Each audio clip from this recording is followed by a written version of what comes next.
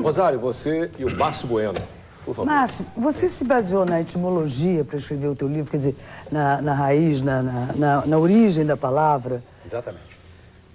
O trabalho é fundamentalmente baseado nos estudos dos etimólogos, né? Etimólogos de língua portuguesa, francesa, de línguas neolatinas de uma maneira geral, algumas germânicas, né? E também de historiadores, né? Porque os livros acadêmicos, né, de etimologia, eles têm que dar conta de todos os termos da língua, né?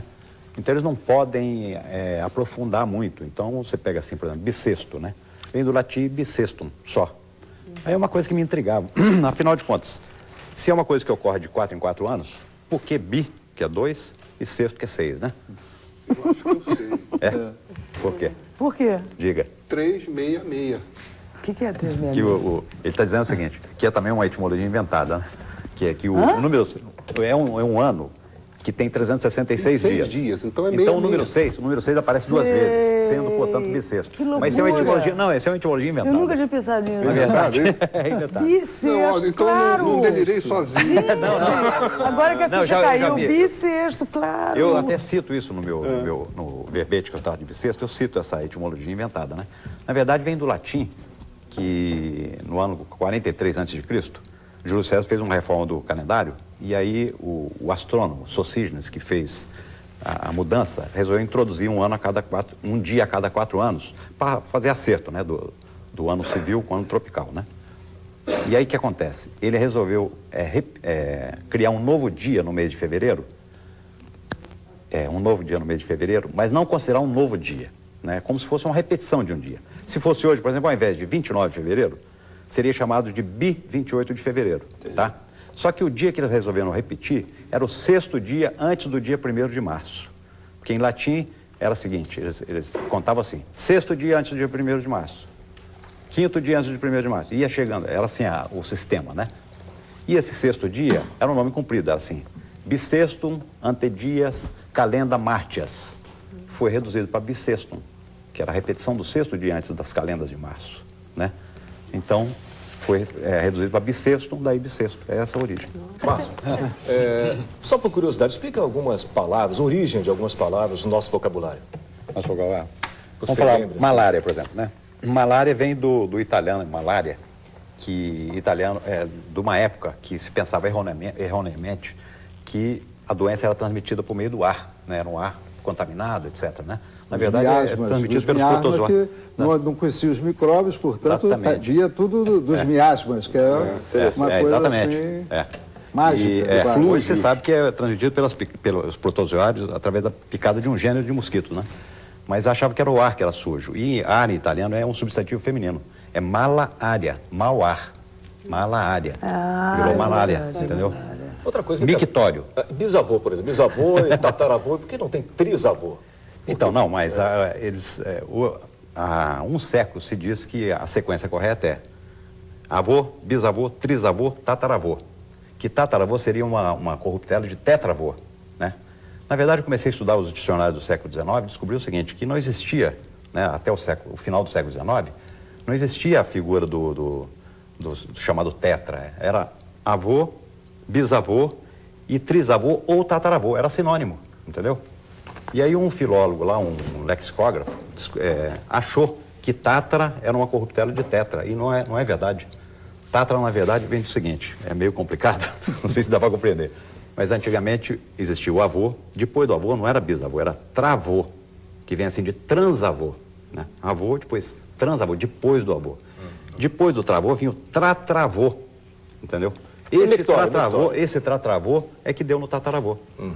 E em espanhol, inclusive, não existe a figura do trisavô. Existe o seguinte, abuelo... Rapidinho. Então, criatura tá, você explicou o avô. Não, rapidinho. Em espanhol existe o seguinte, abuelo, bisabuelo e tatarabuelo. Não existe tri, entendeu?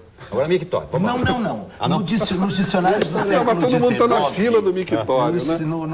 Nos dicionários do século XIX, os gays já eram viado? Não, o viado surge mais aqui no Brasil, né?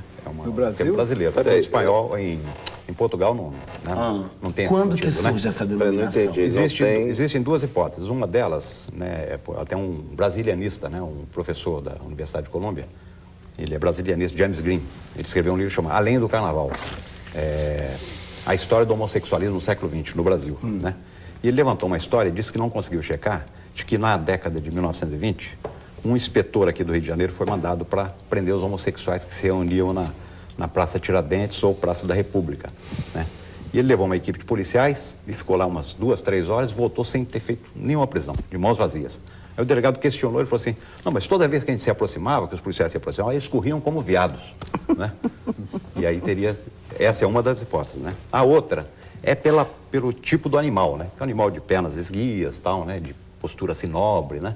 Dá saltos prodigiosos, né? A Luísa Sarmento achava que era por causa do Bambi. Por aí, né? O Bambi é Ou seja, o É um viado animal... viadinho, não é? É um little viado. É um little. Ou seja, o viado animal, ele tem assim uma postura que parece com uma caricatura ou com o estereótipo do homossexual masculino, né? E o mictório. Pois é. Bom, vou deixar o mictório para depois, que adiantou. Pausa para o mictório. Eu não aguentava mais. Já estava cartado. Mictório é o seguinte, no século XIX, a Câmara Municipal do Rio de Janeiro aprovou algumas normas regulamentando os chamados mijadouros públicos, né? E a princesa Isabel era então regente, e ela teria que sancionar essas normas. E os burocratas, naturalmente, não estavam encontrando uma maneira de pedir o jamegão imperial, né? Referendando tal terminologia. Aí criaram às pressas um neologismo, né? Pegaram assim do latim, mictum, né? Que é do verbo mingere, forma nominal do verbo mingere, mictum, mais óleo, sufixo óleo, que entra também em lavatório, que é lugar de se lavar. Escritório, né? Refeitório, lugar de fazer refeições.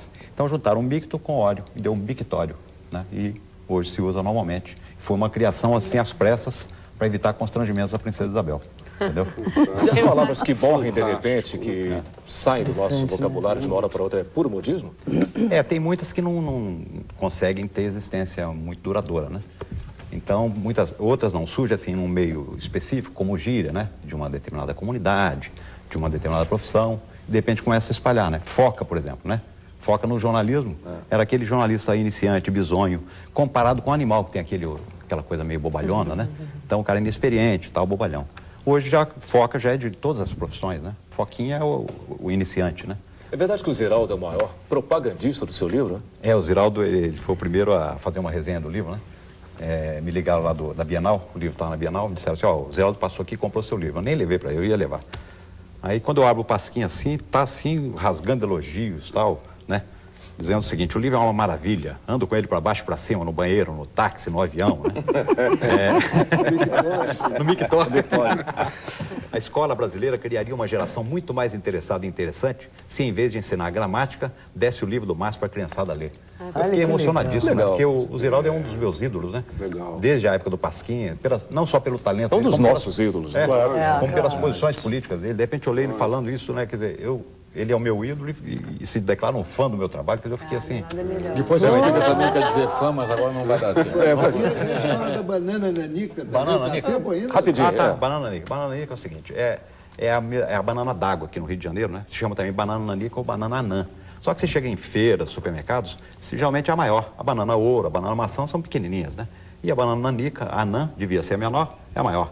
Aí eu comecei a pesquisar e descobri que o que é pequeno não é a banana, quer dizer, o que é pequeno é a planta da banana.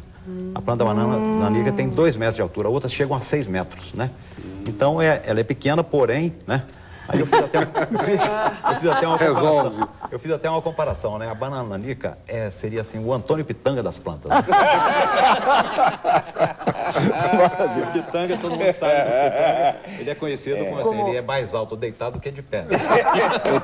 Eu não conheço essa parte. Tô fora. Mas tu tá vermelhando. Estás sentimental.